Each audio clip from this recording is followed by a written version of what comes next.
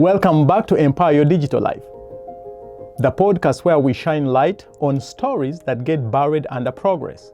I'm your host, Isaac, and today we ask a hard question.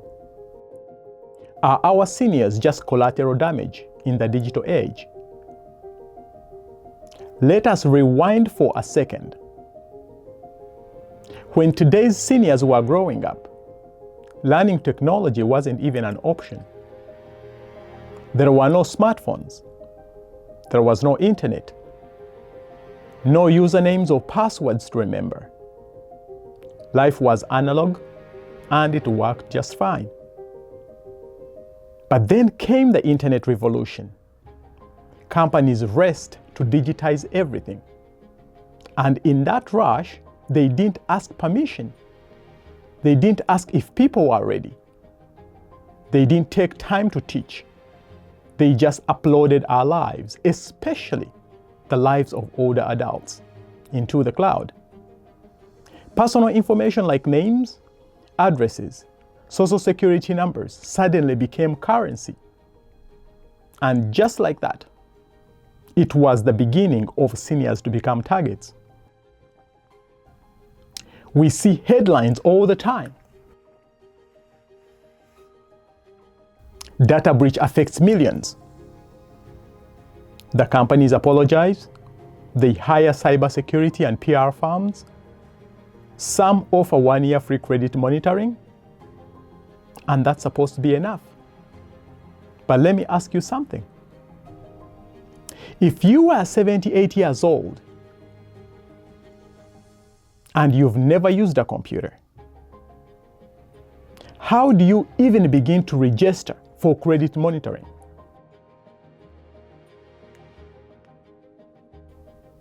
What if the link comes in your email and you don't know how to open it? What if it asks for passwords or personal information or two-factor authentication? You give up. And when you give up, you are exposed. I've seen this myself. Seniors who've worked their entire lives now shrink in quiet despair, unsure on how to protect their own identities in the language that they were never taught.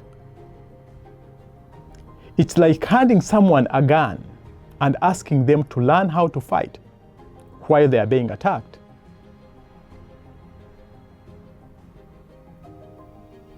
This isn't their fault. Imagine this. I've used this example before, but I will repeat it. Imagine every appliance in your home, like your microwave, your dishwasher, your thermostat, is labeled in Chinese.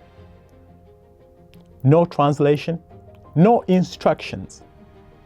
Now imagine if you're being told that you must use this every day just to live. That's what technology feels like for many seniors out there. It's not just overwhelming, it's humiliating. And it's dangerous. Because scams and identity theft aren't just threats anymore. They are a part of our society now. They live in our inboxes, in our text, in our fake IRS calls, Amazon refund scams. And who falls for this the most? This is not because they are careless, but because we left them behind.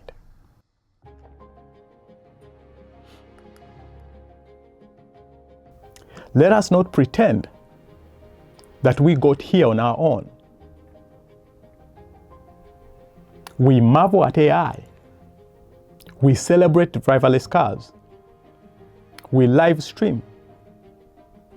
We code. We click. And we scroll. But the truth is, we are standing on the shoulders of people who laid the foundation. And these are our seniors.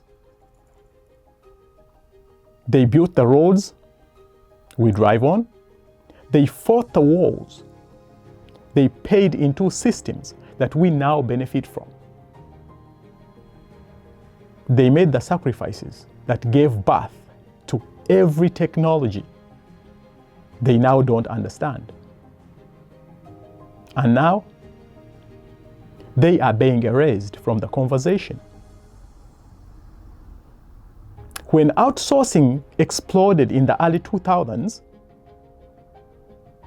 so did the outsourcing of our personal information.